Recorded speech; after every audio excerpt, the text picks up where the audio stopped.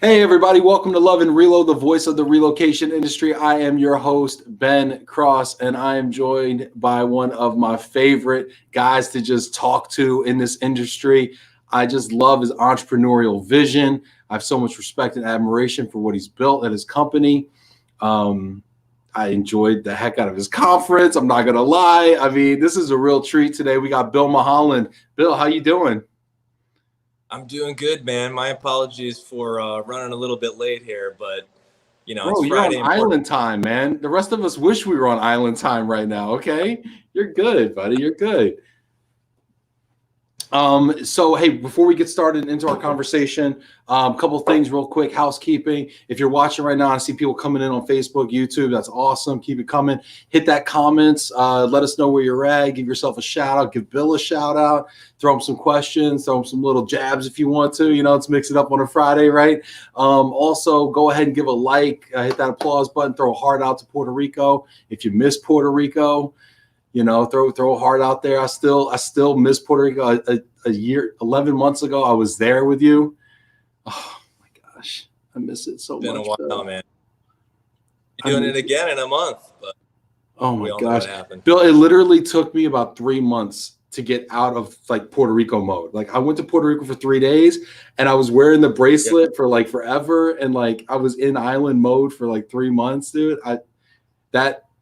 That conference was so off the hook. I want to talk about conferences. I want to talk about Puerto Rico, what's going on down there. I want to talk about federal relocation.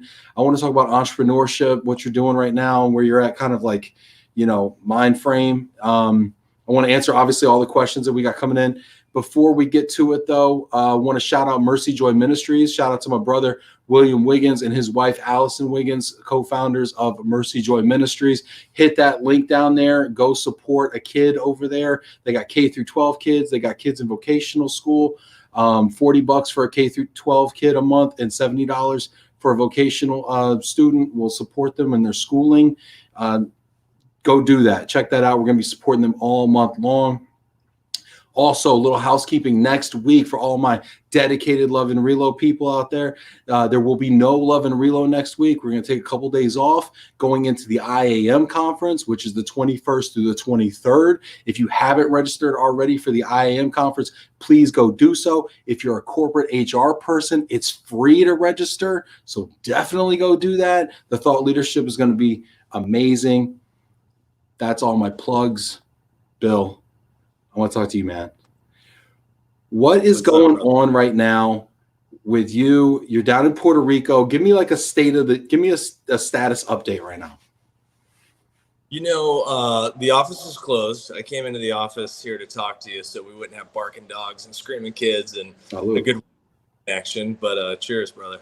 But you know how that goes, right? So we had some technical difficulties. So I'm set up here with my iPhone instead of on my computer like I should have been. But it's good, man. Everybody's working remote, and that was a shock to me. We have about 32 employees with ARC, majority of which are in Virginia, a couple down here in Puerto Rico, and then spread out with people in Atlanta and Florida and California and all over Tennessee. And, we switched overnight, pretty much like everybody did, to remote. And I'll be honest with you, I had a lot of employees that I thought maybe wouldn't be a good fit for remote working, and I was wrong. If people aren't working as hard as they always have been, I sure haven't noticed, and neither have our clients or transferees. We haven't missed a beat.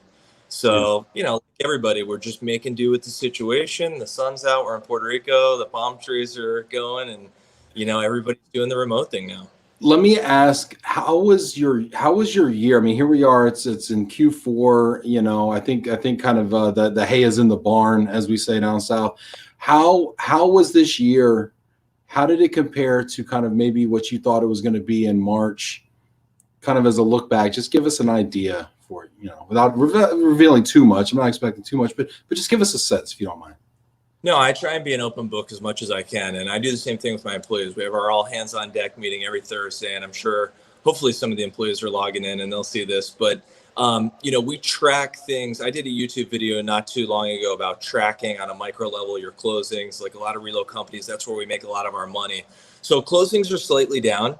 The other factor to throw in there, Ben, is one of our largest contracts expired. and we got our last initiation for that contract in May. So, having said that, at ARC, we'll do about 1,600 closings a year, home closings for real estate. That's where a lot of our revenue comes from. Yeah, so we're down. I don't think we're going to get to 1,600 closings this year, but we're going to be close. And we're also making revenue in other ways that we didn't before COVID. Now, the real estate market's booming. So that picked back up. April, May was a little sketchy there, but man, come June and July, the market is just booming. So like guaranteed buyouts, none of them are going in inventory. They're immediately selling. And so the back end picked up really nice. And like I said, we started coming out with a lot of other products when we were panicking, quite frankly, that we didn't have before. So at the end of the day, I think revenue for 2020 for us is going to be just as big as 2019, if not bigger. Let's put it this way. When you file your taxes, if you're not done with all your books, like it seems like we never are, you have two choices. You can file for 105% of your revenue for the prior year. And if you're wrong and you made way more money than that, the IRS won't penalize you. Or you can file for whatever you want, but when you revise your tax filing, if you're wrong, they'll penalize the crap out of you. We filed for 105%. So I'm pretty confident this year. Yeah. I feel like I'm learning more about your taxes than I am half the presidential candidates. Anyway, let's see here. We got a ton of people checking in right here. I want to get into COVID. I want to get into opportunities presented by COVID because I think a lot of us aren't maybe having the year, that you're enjoying right now. So I'd like to hear your thoughts a little bit about that. Before we hop into that, let's just kind of give some shout outs here. We got Alan checking in. What's up, Alan? It's good to see you. I saw Alan in Puerto Rico. Henri checking in there. Daniel here in Hudson Valley. Let's see, Holly Moore, Tim Quirk, Mary O'Donnell checking in. This is great. Look at this. We got people in Cleveland, Tondra in Chicago, Lindsay, what's up? Mary O'Donnell, Lisa Thomas. This is great. Look at the Thomas Bailey shirt. Look at that. Yeah. How much did Thomas pay you to wear that shirt, Bill? Over under $20. Non-disclosure. Reed checking in. Maureen here. Nicole, what's up, Nicole? It's good to see you.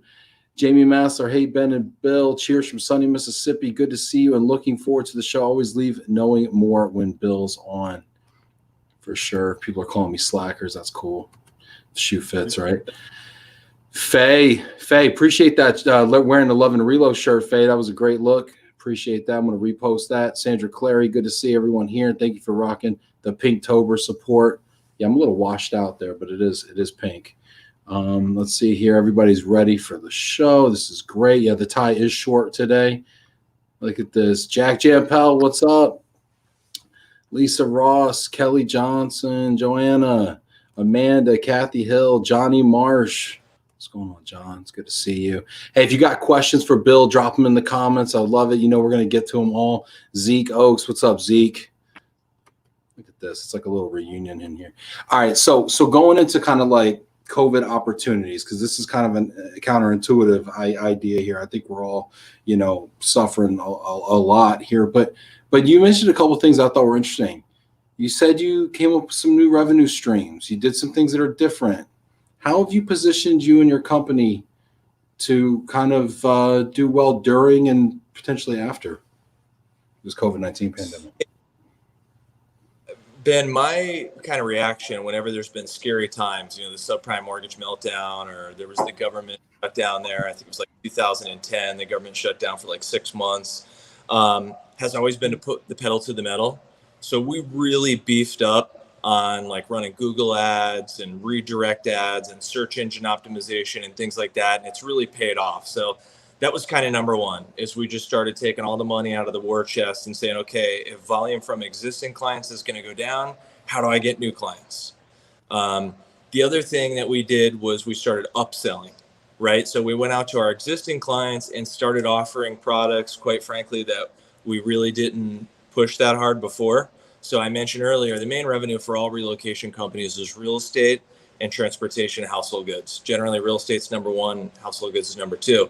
And then you have all your little ancillary income streams, temporary housing and language training, cultural training. So we went back to our existing clients and really tried to upsell on the products that we didn't push that hard before, the language training, the cultural training, destination services settling in. And a lot of them came back and said, yeah, that'd be great. Let's put those on our policy. That's interesting. I want to ask you about that, Bill, right? Because you had always offered these things, right? So does that kind of make you as a business owner look back and say, gosh, were we leaving money on the table all these years because we weren't pushing intercultural language, et cetera? Like we always had the candy bars sitting right by the checkout aisle. Like how come somebody wasn't hawking these candy bars, you know?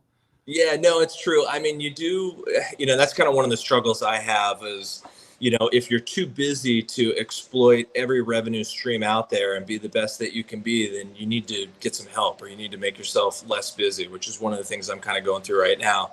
So the way we looked at it at the time was you go for the lowest hanging fruit. You offer those products to your clients if they need them. But if they're not asking for them, maybe they don't need them. And one of the many lessons learned out of COVID is they might not ask. You might need to offer and suggest it more than once to get them to take advantage of these services. So that was a big kind of aha moment during this for us, was going back to the clients, doing that review, asking them if they wanted to change their policy and add on more things. And lo and behold, I would say probably 60% came back and said, yeah, let's do that. It's funny because I look at companies that sell a wide variety of services. I look at like hardware companies, and or even software companies that have a large portfolio on a suite of services, and they all have like product managers and category managers and people who manage the sales and marketing of that category, that product within the organization. And they almost have kind of a P&L or a sales goal within that category, and it's their job to really push that, and I don't see this at any relocation company to my knowledge, but it's almost like if you had a product specialist whose job it was to really go and pitch, just work that language training, just push that language training button, it almost could right. make sense. You said something that I thought was interesting, and you talk about working on being less busy. I think we could all work on being less busy. COVID has also been an interesting experiment in being less busy, right? Because we went into this mode where like there wasn't a lot of business, at least my business wasn't a lot of business for a few months there. And then, of course, you come out of it and it's like, okay, crap, all those initiations that got pushed out indefinitely are all next week. Let's make it all happen. Right. That's like in the tactical. But how does someone at your level, strategic level, the guy that's steering the ship, how does he get less busy? There's a couple of things. Number one, and this is kind of a big thing that I'm going through right now, and I'll save that for a second, but we've been really big on automation. And so sometimes you're busy because you're not as organized as you should be. So my life over the course of the last year and a half has gotten astronomically more organized than it ever was before. I have a personal assistant. I live and die by my calendar. We've subscribed to more databases now. We have an RFP database that we use called LOVE+RELO. It categorizes all your answers and sets timers and things like that and helps you wordsmith your RFP responses. So that's one way. We've automated, we've gotten more efficient.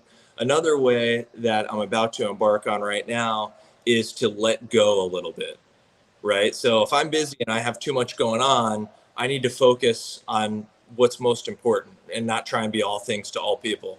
So two things that I'm in the process of doing right now is one, posting a position for a CEO of ARC Relocation. Wow. I just want to, Paul, I want to stay on that just for a second, because that's got to be big, man. Because I know your story. You've been on here before, and if people haven't heard it, and maybe we should give them a little context about like how the company was started and where it's come from, to let them understand. I think what I see, like, this is a big deal for you. And yeah, it's a huge deal. I started a company in 2004, 16 years ago. I used to work for Prudential Relocation. I was hired on as a relocation assistant. I became a relocation consultant. I worked there for 5 years. And I started a company that was really just going to be an affinity rebate company. We were going to offer rebates to the federal law enforcement community, the FBI guys, the Secret Service, the DEA guys, because I worked on those accounts at Prudential. And we were going to be kind of like USAA, where they had this buyer's advantage program for the military. But my vision was I'd do it for the federal law enforcement community. And that went really, really well for 2 years. And customers and clients, transferees started saying, well, do you have a temporary housing provider you can refer me? Or this is a hardship move. The agency is not covering my shipment of goods. Do you know a mover? And so we slowly started adding on all these services. And it's grown to what, quite frankly, is more than I ever thought it would be. We added ourselves to the GSA schedule, and in 2000, I think it was 10 or 2009, we started doing guaranteed home buyouts. I never thought I'd offer that product for the government, fixed fee guaranteed home buyout products. Wow. And so now, we have contracts with Social Security Administration, Department of Veteran Affairs, USDA, some great government contracts. And then on the corporate side, like DHL and Overstock.com and GNC. So it's really grown. And, we'll do about maybe 4,000 relos a year annually to about 85 countries. Half is domestic, half is international. Wow. And learned everything along the way. I figured out payroll and search engine optimization and advertising and all these things. But I'm figuring out now that I don't know how much more I'm going to be able to learn without bringing in the right people to collaborate with. So I'm finally kind of let go of the company in the sense of I don't want to stand in its way anymore, because it's taken on its own presence. I have so many questions right now about this. Pardon the observation here, but it sounds like you started out kind of like hustling real estate leads, and then you grew it into like a full service, comprehensive relocation management company that offers the creme de la creme products and services to the creme de la creme clientele. And but yet you still, this is what I really love about this story. You still find it important for you to be the one that's learning. Right. And you're like intentionally carving out that time and that space. Why is that learning still important? A lot of people would say you've kind of made it to the pinnacle. Why do you feel the need to continue to make space for learning and development? For me, I'm more motivated by fear than I am like success. It's more like, well, if I don't do these things, maybe the company won't reach its full potential, or maybe I won't reach my full potential. That's just the way my mind works. Mm-hmm. And as I've had discoveries, it's reaffirmed that you do need to keep learning, and you do need to bring in other people, or you'll never reach that potential. There's been so many people along the way in my career that have taught me so much. And this, in the last year and a half, I've gotten a business coach. I put that off forever. And now I've discovered all the value in that. And I've joined these networking groups. I'm part of the Young Entrepreneurs Council, and I'm joining more. Down here in Puerto Rico, I live in a whole community of entrepreneurs, like the smartest guys I've ever met. And so through that learning and that networking, I've realized how much I don't know, and that I have to do this. So. There's that saying, right? Like if you're in a room, if you're the smartest guy in the room, you're in the wrong room. And I think about like when you moved to Puerto Rico, you probably didn't do this intentionally, but this is somehow it happened this way. Maybe it was intentional. Now you find yourself in the room, the community full of people where, they can teach you things, right? Right. So, and that's an example. If you don't take that risk, if you don't try, you have no idea what you're going to be missing out on. That's awesome. So now, so here we are. Right here we are. You're at a point in your life, and you and I have talked about this, and it started last year. And I went to Puerto Rico. I went to your conference. I met the business coach. He's awesome. Your personal business coach. I don't know what the proper terminology is, but he was awesome. He spoke to us. I know your assistant. They're awesome. So you have people working on you. Which is cool. And now you're looking at stepping out of the business. Doesn't that scare the hell out of you, man? This is your baby. You started this in like your bedroom, like a long, long time ago. And now how do you say, okay, It's terrifying. I'll keep you posted along the way, because, Ben, I've had experiences where I've hired people and I haven't been happy with the services that they provided. So there's always that voice in the back of your head that you need to listen to, because sometimes it'll help you, mitigate the risk as much as possible, but don't let it control you. And right now that voice is telling me, hey, what if you hire somebody and they completely drive the company to the ground? So I'm not completely stepping away from ARC Relocation. I'll always work 7 days a week at ARC. I'm just bringing in someone that is hopefully going to teach me and take the company to the next level. So, we're going to do that hand in hand, and I'm going to do that with all the things that I've learned from my business coach, and how to let people do their job. That's extremely important, and let them know what you want and give them that positive reinforcement, but also let them do their job.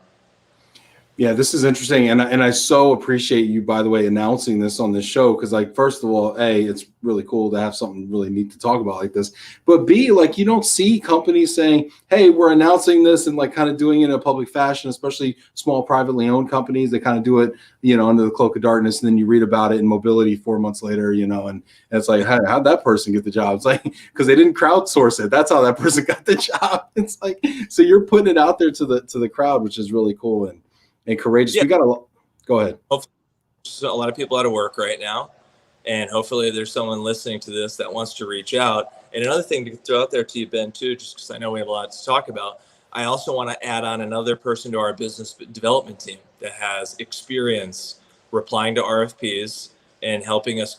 We're at a point now where we have certain weeks where we're getting invited to 4 or 5 different RFPs, large ones, and they're all good. And again, we have like 3 people on our sales team. We're a growing company. We need more, right, to get there so that we can reply to every RFP and give it 110%. So those are the 2 key positions that I've identified that to continue to grow the company, these are the employees that I need to add on, a CEO and another person on the sales team. Wow, that's awesome. We got people commenting over here. I think this is like getting some people excited. So it's pretty cool here. Let's see. Beth is checking in here. Henri says, Ben, you've no idea how much good you're doing for all of us. Thanks, Henri. That's really cool to hear, man. Thank you. Tim, I noticed that once COVID happened, okay, I want to talk about this here in a second, Tim. We're going to come back to you on that. Dan's talking about offering more spousal support here. Let's see here. Brian's loving the advice here. People are asking about cultural. This is awesome. William Wiggins. Shout out to William. What's up, William? Love the automation response and letting go. Congrats on the CEO push. Great stuff, Bill. Thank you, man. Cool. Let's see here. We got people asking some questions about this as well. Tim says, to grow past startup, you need to crown the company the king and put aside your personal ego, if you will. By posting for a CEO, you're doing that, Bill. Congratulations. Jana has a question about it. Jana says, what will Bill be looking for in a CEO, and would you hire someone to help with the search? Interesting. Great question. Yeah, I had lunch with a buddy of mine today. Super great, awesome, successful guy. Owns a company called CoinMint. They're the largest producer of cryptocurrency in the United States. It's got like 30,000 supercomputers in upstate New York. And he's just been through a lot. And so I was picking his brain, another guy that lives in this community, about hiring high-level executives. And he referred me to the company that he used. So number one, I wanted to to people in the industry who will hopefully pass the word directly. And then number 2, take on a company like this, because, I'm apprehensive. Like, you remember at one point before Peggy Smith, the ERC hired a CEO, and they were from like the chocolate industry. And I've known other reload companies that have brought in guys from like telecommunications or different industries. And when I worked at Prudential, they had a couple different CEOs. And a lot of times you bring in someone from outside the industry, it doesn't work out. So I'm going to try the 2-prong approach. I'm going to hire this top level headhunter firm. Plus, I'm going to hope to just start putting the word out in the industry and see what kind of applications I get and resumes. And I'll tell you, Janet, the number one thing I'm going to look for, and this is what I've really learned in the last couple of years, is someone who has an extremely high emotional IQ. That's the most important thing to run a company, is to understand your employees and what it takes to create a positive work environment and to get them passionate about the company. And during COVID, and I think if you talk to any employee in my company, they'll tell you this, we have never had a better company culture since COVID happened. Wow. Which is amazing. What do you attribute that to? What do you attribute that culture to? Honesty, empathy. I saw a good post today and it said, empathy is not saying I understand. Empathy is saying, help me understand. And that's couldn't be more true. We might think we know how people feel, but if we don't ask, we don't know. You know what I mean? So that's been a very important lesson for me as a business leader. I could do something and say, well, it didn't hurt Ben's feelings, but I don't know if it hurt your feelings or not unless I ask you. Right. And everything's different. So emotional IQ is the number one most important thing for me in the CEO, even more than experience and knowledge. What's the second? What's the second besides the EQ? I'd like somebody that has a proven track record. The proof's in the pudding. So I'd like somebody who can come in and show me what they've done and the path forward on how to get there. And we both agree that that's the path, because, you know, I've taken this company to the level where we're on every SIN, service identification number, for the GSA schedule for the US government. And we have all these corporate clients that we can use in RFPs for a track record. There's not a product in the relocation industry that we don't offer, right? So we've done all these things. Now it's going to be bringing in someone, hopefully, who says, oh, I've grown companies before. I've taken a company from here to here, and here's the things that you need to do that I have experience doing. So as long as I think they are going to fit our culture and our employees are going to enjoy working with them, and they have the history and the track record of doing it, or at least the plan on how to do it, that's going to be my CEO. Wow.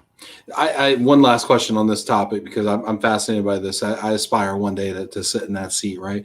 So is it growth, operations, or financial acumen that you look for? I've seen CEOs that are strong in all these different areas, and I kind of look at CEOs as skewing in one of those directions. So which of those is most important to you? You know, it's my mindset has always been more of a kind of, if you build it, they will come type thing. Like, look at that realtor rebate product, right? It's a perfect example. And I don't care. I'll give away all the secrets. It is what it is at this point. ARC has done pretty well, but we give away basically half of our referral fee back to the relocating employee in the form of a rebate. There's a couple states that don't let you, but most of them do, right? And so that's our product. That's how we're getting these Fed law enforcement guys to use us. Well, we've carried that over where we offer that to every single solitary client.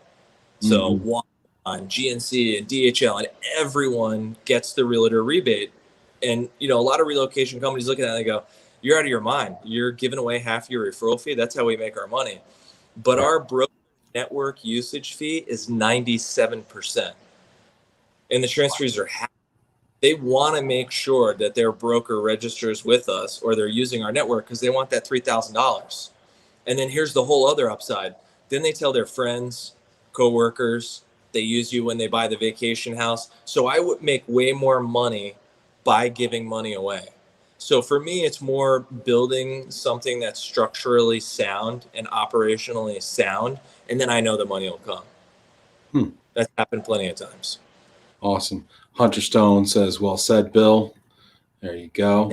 Got some more questions, kind of, let's see here, going back. Jack Jampel, hey, Bill. Great that you were able to be successful during COVID. Why do you think that companies were more receptive in purchasing services they did not use in the past during COVID? You know, I think there was a level of empathy there. The clients that were moving people during COVID were clients that needed to move people and could move people. So as we all know, there are several industries that have done very well. We're doing a group move to Puerto Rico right now. And it's the largest contract ever awarded in Puerto Rico's history. It was to rebuild the electrical grid. I think it was like a $1.8 billion contract. Wow. And so we're relocating, many from Canada and many from the United States. So the Canadians, we had to get visas for. Well, when you have that much money at stake and you have such an important project and you're ready to go, you have the money, you just need to relocate the people. So that's a perfect example of, they wanted to provide all the benefits and resources to their employees to make sure that they were able to make the relocation and their family had as minimum amount of hardship as possible. So clients like that, we were able to go to and say, hey, let's get them like cultural assistance, or let's get them help settling in. It's going to be more challenging with COVID. Let's get a disinfectant cleaning before they move in. These are all the things that we can do in this environment to make your employees comfortable. And those people that were moving people, that could move people, said, that's a great idea. Let's add those products on. Love it. This is great. People are really enjoying this. Viva from the Netherlands. What's up, Viva? Good to see you, buddy. Checking in. Joanna Lidstrom, that's great news. Bill, where do I sign? LOL, it's good to hear that there are companies hiring at times like these. There you go. If you ever want to go to Sweden, Joanna's your lady there. Faye says, congratulations, Bill. This is big stuff. Everybody's excited. I think the word's going to get out. I think you've successfully done that. We've got 50, 60 something people on LinkedIn. We got another 20 people on Facebook right now watching. Amanda Rakowski, this is exciting. Congrats, Bill. Wishing you all the best. Viva loves the transparency. It's refreshing in a fast changing time. I think everybody really appreciates that. I mean, we come on, we tune in to hear people of your caliber, Bill, frankly. And a lot of times we just get these snow jobs where they just blow smoke the whole time, right? And it's like, oh, he's speaking these broad platitudes and, they're not specific, and you're just like, yeah, this is how it works. This is what we're doing. Hey, I worked at one of those and I went through the layoffs and I heard the, smoke getting blown up your, of everything's fine. Everything's fine. A couple weeks later, your coworkers are walking out with a box crying, not knowing how they're going to pay their rent. So I always promised myself that's something I would never do. And quick story from my business coach to show you where they come in handy. When COVID first started happening, I was obviously looking to my business coach for advice, and I wanted to make sure that the morale stayed good and everything like that. And his advice to me, and I'll preface this by saying, a good coach gives advice that works for you. Right. So Phil Jackson coached Michael Jordan up based on his game. He was fast, he could jump high, blah, blah. He didn't coach him based on Larry Bird's game. He coached it, you know what I mean? So that's the way a good coach operates. He looks at your skill set and your mindset and he appeals to you and makes you the best version of you. So James's advice to me was, you got to call it out on the carpet. You got to walk into the next weekly meeting and say, hey, everybody, guess what? I know there's some rumblings. I'm sure people are talking. COVID's here. People are scared. Here's what's going on. We have 2 years of payroll in our payroll account. We could not make 1 cent for 2 years and cover payroll. Wow. That's number one. And all my, Hunter's on here and employees are on here. Alan Brown's on here. And I said, no one's getting laid off. This is what we're doing. We're going to ride this storm. I don't want you to worry about it. We're going to do more with less. We're going to put the call out for products. We're going to get scrappy.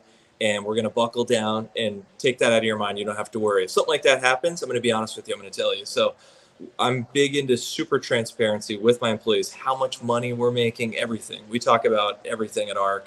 There's no veil. There's no smoke. And I think that's another reason why our company culture is so good, that they got that reassurance. They saw that transparency. We're out on the other side. Everything's looking good. And brought us close together. I totally see that. And if you're watching right now, leave a comment, ask a question. Love to get to it. I want to know what's on your mind. I want to ask Bill all your questions. He's an open book, but Bill, what you're talking about makes so much sense, right? Because there's Maslow's hierarchy of needs, right? And if I'm worrying about like these needs down here, I'm never going to get up to self-actualization up here, right? If I'm worried about my next paycheck or being able to pay my mortgage or feed my family, I'm never going to be able to be engaged in thinking about the business, right? So I love how you just take that right off the table, early on. That's great. Makes a lot of sense. We got some questions here. I want to get to all these questions here. Keep these questions coming in. I'm going to try to get to all of them. We got someone here from Daniel.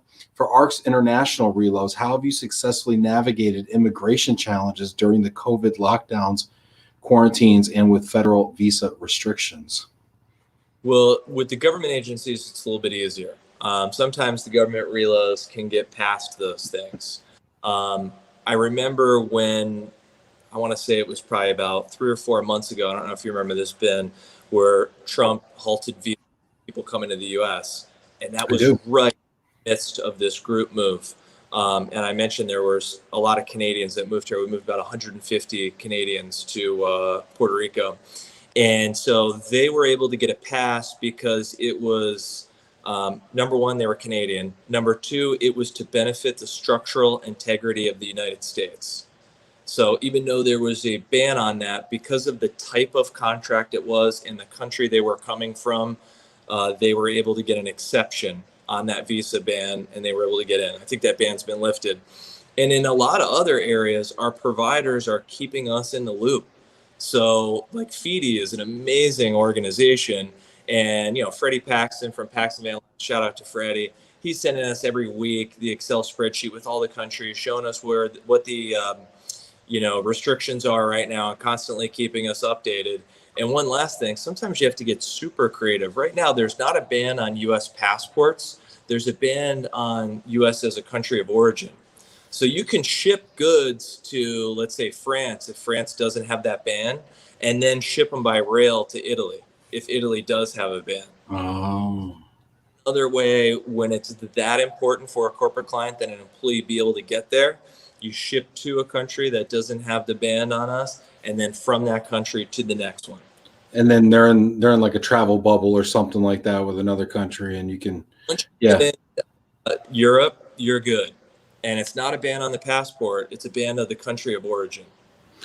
That's great. I mean, I think that's, goes to show just how critical it is to choose the right kind of partner that has creative solutions, right? So it's not just a hard no, right? Because the business doesn't accept a hard no.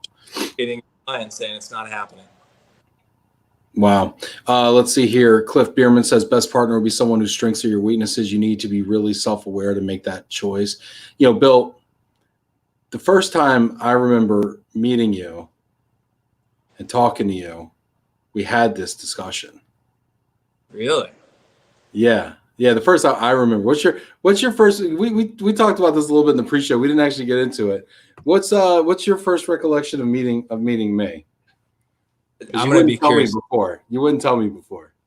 And so we didn't meet, but the first time I knew who Ben Cross was, I was at ERC, and I was doing a session with Laura from Moreali. I don't know if you remember this session. We had the clickers, and half the room was young professionals, YP40, and the other half was OP40. And so they got a hat on, looking like, Al Capone from Chicago coming in. And I don't know if you remember this, but I remember at one point in this session, somebody on the OP40 side basically said, these YP40s need to get with it. Or you said, or maybe we'll all just walk out. And I said, I like this guy. Fine. He's going against the grain. You and I were talking about Gary Vee earlier, and I give you all the props in the world for what you're doing now, not just caring about positive feedback, but doing your thing and seeing what happens. So that was the first time I saw Ben Cross, but I don't remember the first time we met. But, we didn't meet in that session at all.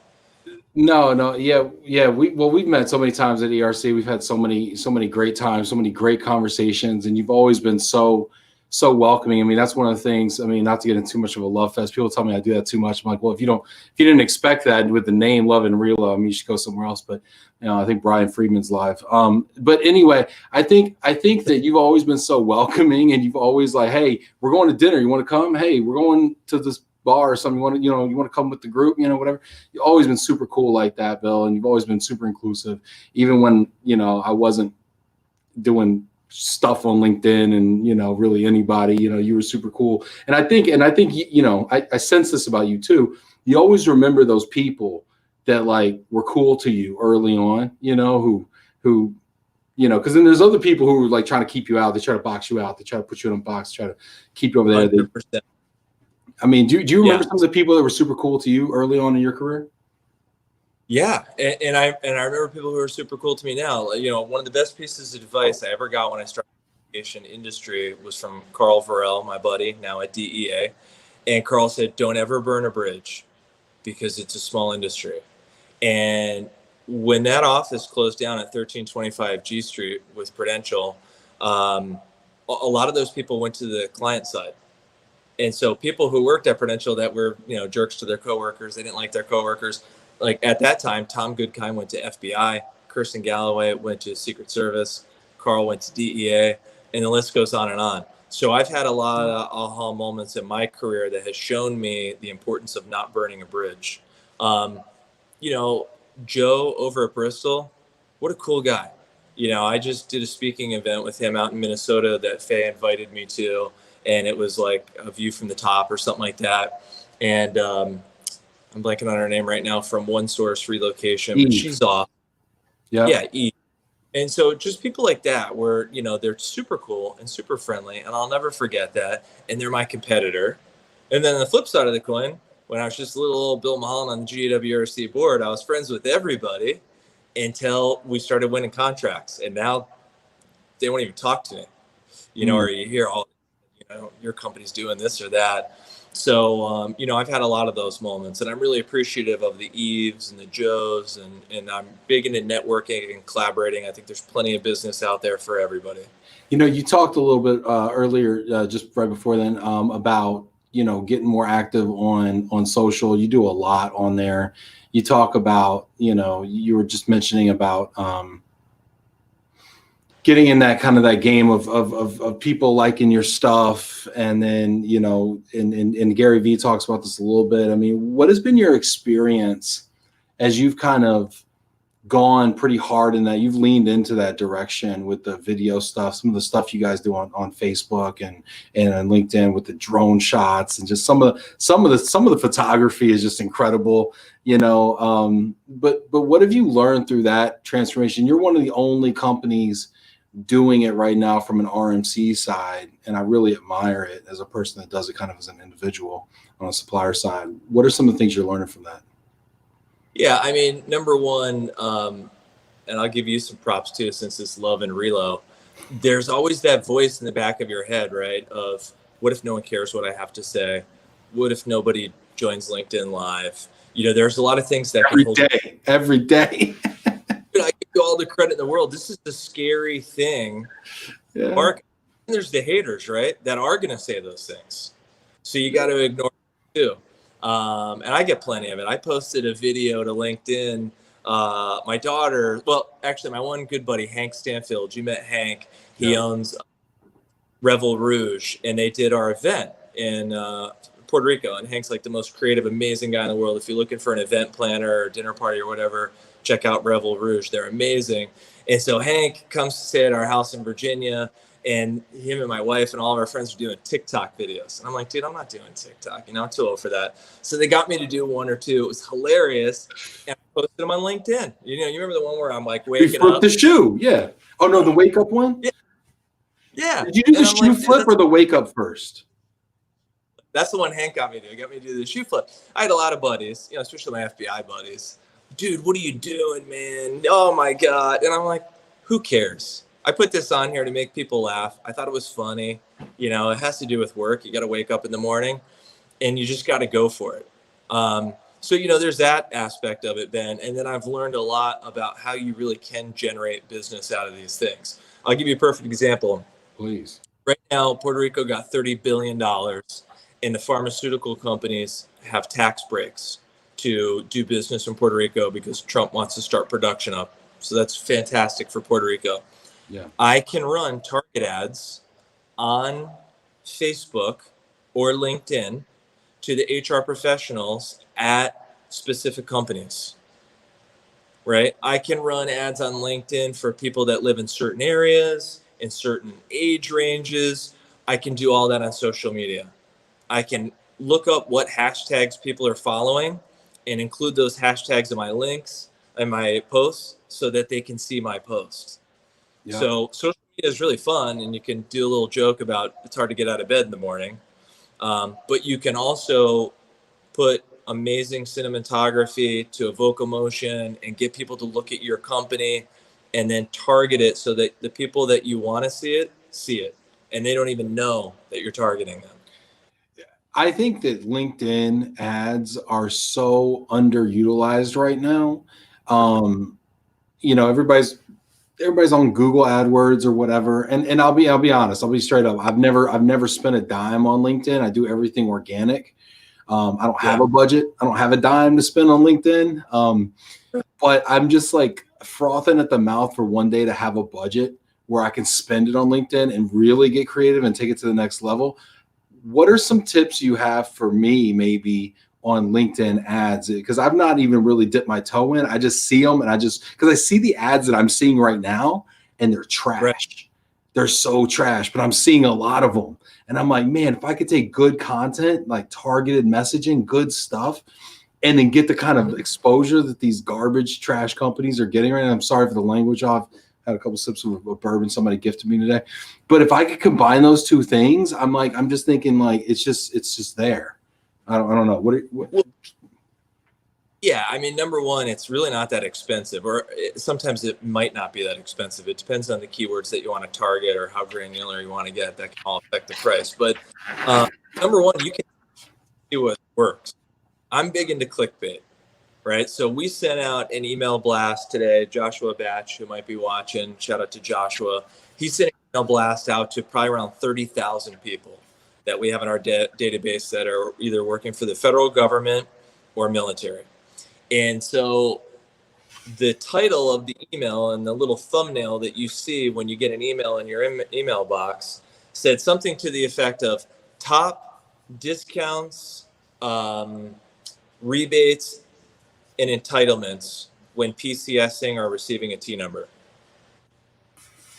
Same thing on a LinkedIn ad. That's what I'd put. Now, if somebody clicks on that ad, I can also pay for a redirect ad. What's a redirect ad? Those are those ads that keep popping up everywhere you go. And all I need them to do is click. And until they clear their cookies, they're going to see ARC Relocation everywhere they go. If they go on their Gmail, it's there. Retargeting, I think maybe. Yeah. Retargeting. You going anywhere? I had a Russian neighbor across the street, and he's like, dude, you advertised on Russian website? I said, no, you just clicked on my ad.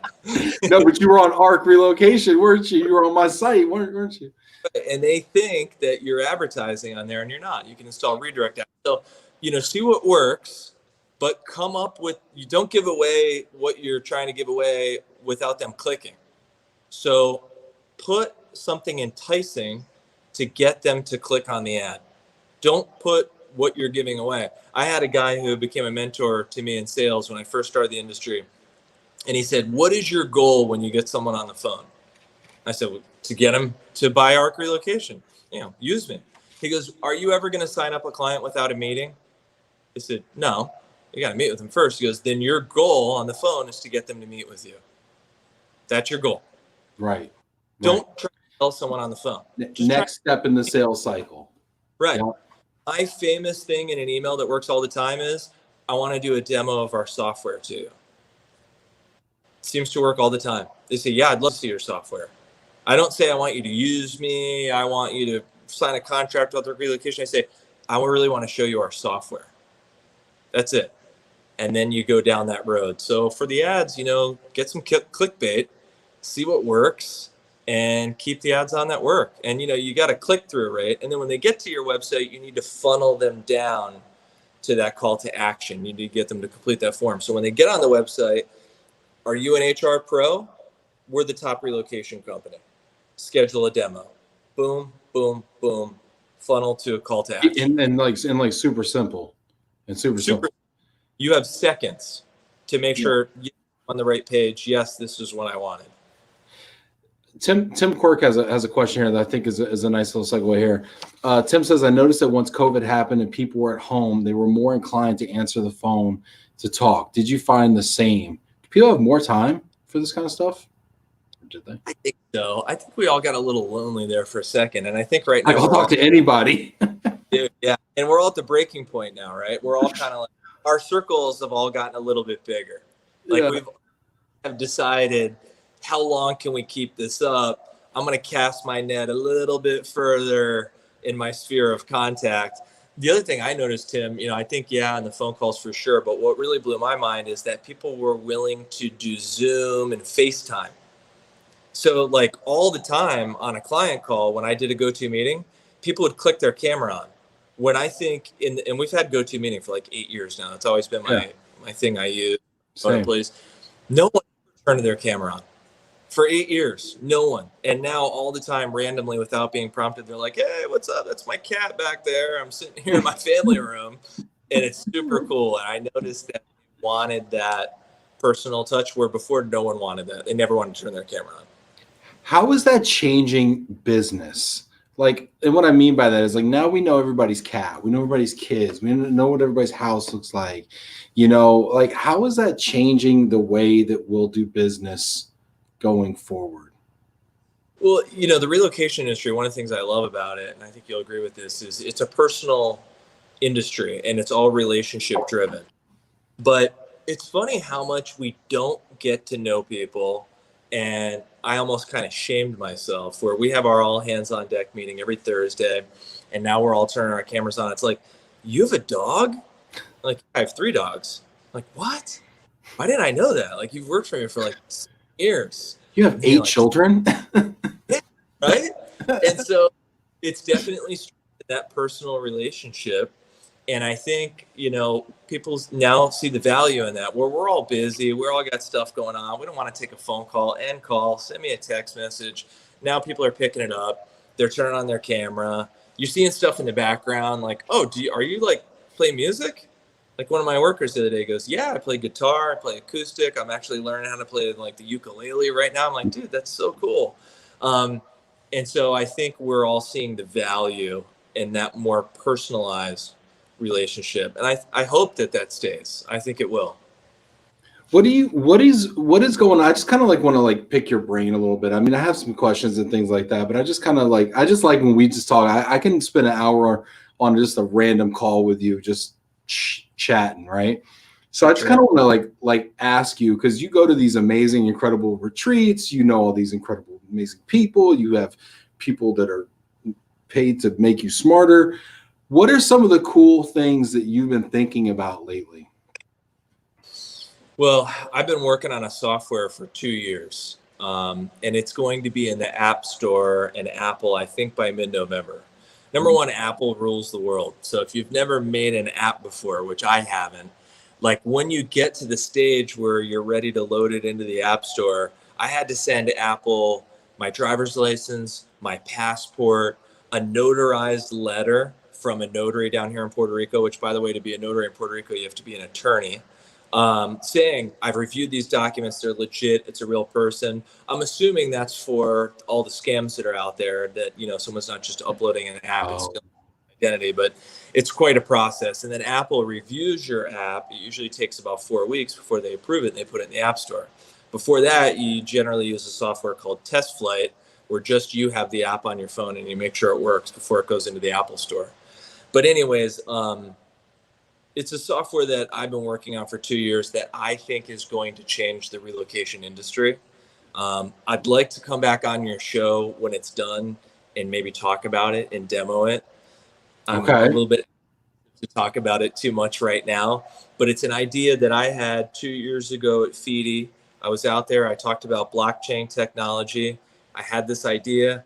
I called my cousin. He worked for a software company in Dallas. He put me on to his software developers in Ho Chi Minh City, Vietnam. I flew to Ho Chi Minh City, Vietnam. I met with these guys, and they've been working literally around the clock for 10 years, and we are going into the App Store mid-November. And I would love to show it to you. It's amazing technology that I think will change our entire industry. Okay, can you tease it a little bit for us? Can you give me some sort of just the taste? I just want to smell. I just want to smell the plate. Is it is it around think management? Is it around moving? Is it around moving? Okay. Think eBay meets Travelocity. I'll give you an example. When I moved down here, I needed to ship things to and from Puerto Rico. Well, when you FedEx something, let's say it's an envelope, and then you FedEx a box, the price can change every time, different carriers. And you could be paying $100 more compared to DHL and FedEx. So what you have to do is you have to log on to all these different websites to see the pricing and see the price differences. This technology is going to streamline our entire industry so that users are going to be able to log on and get an education as to what it means to move and be able to get transparent pricing on their iPhone for a move within the United States or anywhere in the world.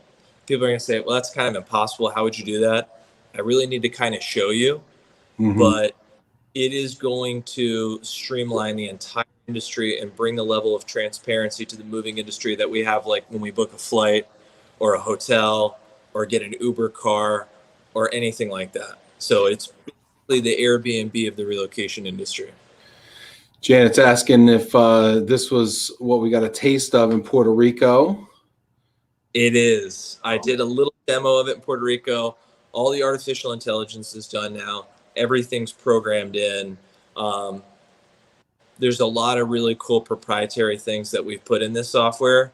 It's finally crossing the finish line. So hopefully everyone thinks this is amazing as I do. That's exciting. I do have a question about technology, but not customer-facing technology. So as a supplier, and maybe this is my perspective, right? When you're a hammer, everything's a nail, right? So when you're a supplier, everything is about we're under tremendous price pressure. We're under pressure to be more efficient, to lower costs, to be faster, better, cheaper, and yet we're being asked to do more, and we're being asked to do more things for free, and something's got to give. And so for us, and granted, the moving industry is kind of antiquated, very antiquated. Kind of underselling it. It's very antiquated. What we're looking for, as I talk to more movers, is we're looking for automation on our side, and we're looking to automate a lot of our processes. And right now we're doing double data entry in so many different ways on our side. And all of our clients have a portal, whether you're dealing with the government, you're dealing with the RMC, you're dealing with the whatever, and you got the login information, and now you got to take it out of your system over here, and Susie's got to put it over here, and it's not right. Oh, wait, let me go back. Oh, fat fingered something. Let me put it over here. Oh, did you update the claim date? Oh, did you update the settlement date? Oh, did you? I literally had to fire a client 3 weeks ago because they wouldn't stop asking me to update the settlement date. I literally said, you know what? For one move a year, you can go somewhere else. Thank you very much. I'm serious. So true story. So how do we get to the point where we automate our processes from a supplier side, and how do we integrate that with our RMC and government clients? So asking for a friend. The whole entire relocation industry is antiquated. I'll use Prudential as an example because they're not around anymore. Prudential Relocation went away a long time ago, but they had a software called Affirm. And people who are logged in and watching right now might remember that. But it was like a Commodore 64. It had the flashing cursor. And I mean, it was old school. And so a lot of these... Bro, that still exists. I hate to tell you, some people are still running that green screen technology right now. That's the problem. And I'll take it even further than that. There are software companies in our industry that sell software that's like that. So, what we need as an industry, and I've learned a lot about software over the years because we've written a lot of our own software to include this new one we're working on, APIs, automatic program interface. And just as long as these relocation companies or clients will write their software with APIs, you can buy a product called like Web Connect, and that will connect your software to their software and push the information. It's never been more simple. And to your point, if the client doesn't give you the resources that you need to do a good job, you might have to fire the client. Like, one of our theories has always been, if we treat our moving partners right and they make money, we don't beat them up on the escrow fee. Our escrow fee is 8%, right? At the end of the day, off the net. How about that for transparency? That's it, right? So it's low. You know that. These are the kind of conversations you can't have at ERC. People can't talk about price. Me, I do whatever. Bill does whatever. This is great. Yeah. So there it is. It's low. So in peak season, I believe that a mover is going to want to book my mover over my competitors because they make more money. I believe a mover is going to be willing to pay out a claim because we treat them right. I believe that a mover is going to want to use the ARC portal over other portals because we have APIs. You can interface with your software. It's easy to use. It's not antiquated.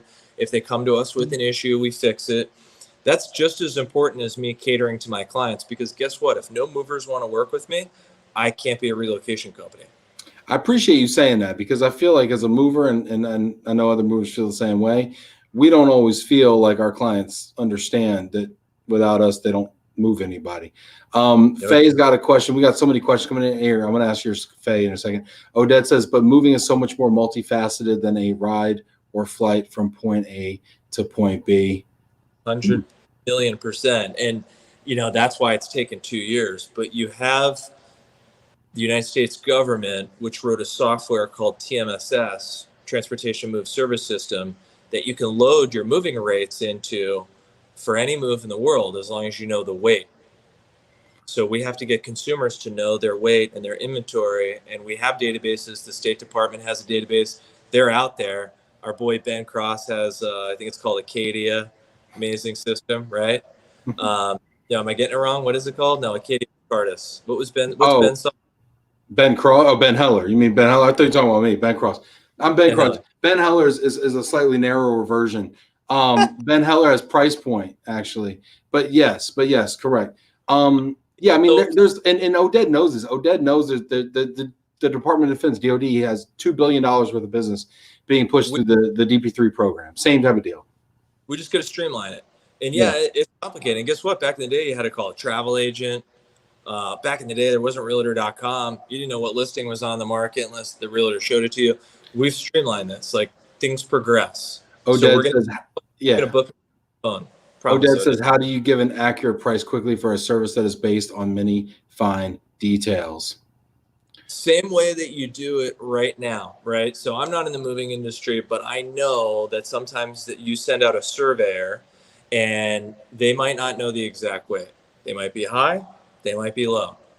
And the terms of your contract may be it's based on actual weight, or it might be a not to exceed estimate. What you need to do is set up the software that can inventory all the items, provide estimated weights, give a video document to the mover that they can review, and then give them the option whether or not they agree with the estimated weight, they want to change it, they want to check a box that says it's a bound estimate, or when they bid on it and the consumer looks at their bid, they uncheck it and say it's not bound, I don't feel comfortable binding my estimate. Mm-hmm. This is how we get the consumer, this is how we streamline the industry, and this is how the software is going to work. Yeah, Oded's always got ideas. You may not like them, but you get what you pay for with I would Oded's love ideas. Any sort of challenges so we can make sure they address those, because there's always a way. I'll introduce you offline and you'll call me 2 weeks later and say, Ben, what have you done? Faye says, did the Shark Tank meeting ever end up happening? Not yet. So apparently they start filming their new season in March. I guess they film at Sony Studio. So everyone who's watching this knows I filled out an application on the Shark Tank for the software. Got a call from their casting director, my man Cy, out in LA. Now we're going to look up Cy and drive nuts. Say, dude, I want to be on the Shark Tank. He loved the idea. He loved Puerto Rico. He loved the software. So as the software is finishing up, he said, why don't you try and film for next season? And hopefully it happens. But I guess Sony Studios in LA where they film it is shut down for COVID anyways. So we'll see. Yeah, hopefully it happens in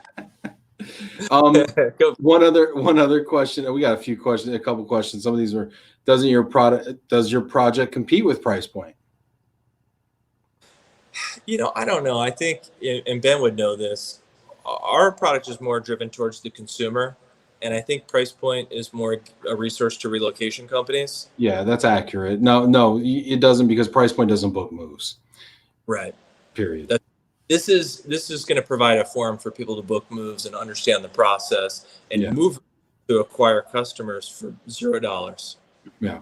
And let's see here. Anand says, and this is actually really interesting. Anand says, Ben, we as an industry looking at digital standards for data exchange, goes on here to say, digital standards help scale the API integration right once rather than a P2P integration, point-to-point integration, leave the flexibility to implement it to each company, and it is open source.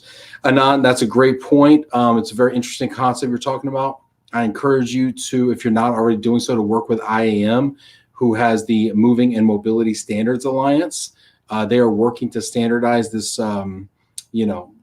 terms and software and the whole gamut, so that we can achieve at one point interoperability, which will truly, for the first time, I believe, drive true efficiency and eliminate the redundance. I think I heard Shark Tank starting to film in Vegas this year in a bubble. Somebody's already got the invite to film. I don't know who that is. That's pretty wild. I would have thought Bill would have got. No, but this has been fun, Bill. We're running out of time. It's got to be 6:20 in Puerto Rico. It's 5 o'clock here. People have been hanging in there. This is awesome. Everybody, I appreciate you so much being here. Hit that like button right now. Also, Love and Reload will not be on next week. We're going to take 2 days to refresh, recharge, and get ready for the IAM conference, the 21st through the 23rd. If you haven't registered already, register. If you're a mover, if you're an HR corporate person, go ahead and register for free at iammeetings.com, iammeetings.com. Promo code SIG20 is a freebie promo code. Wow, look at all the value. The value we're giving here. Bill, this has been fantastic. You want to leave people with just a final thought, man? Yeah, you know what? Number one, Ben, I want to thank you for having me on. I want to thank you for doing this. I mean, this couldn't have come at a better time. If you think about this, you started doing this before COVID, right? Yeah, like Jan 1 basically ish. Yeah. And that I would have tuned into a show like this as much as I did during COVID, sitting at home on my computer, speakers going, I'm not bothering anybody in the office. So, dude, I want to thank you for doing this, man. I hope a whole bunch of people throw in the comment box a whole bunch of props to you, because I know how much hard work it is, but I know how much guts it takes to do something like this. So I just appreciate it, man. I appreciate the forum. I can drop that we're hiring a CEO and I have somewhere to do it. This is the kind of image in the industry needs right now. So, I wish someone encouraged me when I was starting out. Maybe I would have done it sooner, or I wouldn't have listened to all those doubting voices. So that's what I always want to do. I think it's basically my time to try and give back now that I'm the older guy with all the gray hair. I'm not the young guy anymore. So man, I want to give you props, and I want to encourage people to come on the show. I want to see Dan Gilbert from Quicken Loans. That's my dream guest, man. Get that guy to come on. Let's shoot. Dude, that would be sick, man. I did have the Archbishop of Uganda last week. So, we're flirting. We're trying here. We're dabbling here a little bit. Hey, by the way, if you do have announcements like that, I'm going to put this out here to you, Bill, and I'm going to offer it to anybody else. We have a Facebook page, which is just wide open. So if you've got a job, if you want to post company news, if you want to brag about yourself, if you want to start a discussion, if you want to talk about my short tie, whatever you want to do, man, just go on our facebook.com/relo, post whatever you want, as long as, it's not stupid. It'll stay up there and people can just jam out on it. And so Oded has a question. Oded, we're not taking any more questions, Oded. Okay. It's time to go, man. Go finish your cocktail. Hey, Bill, thank you, man. I really appreciate all the kind words. Thank you for being here.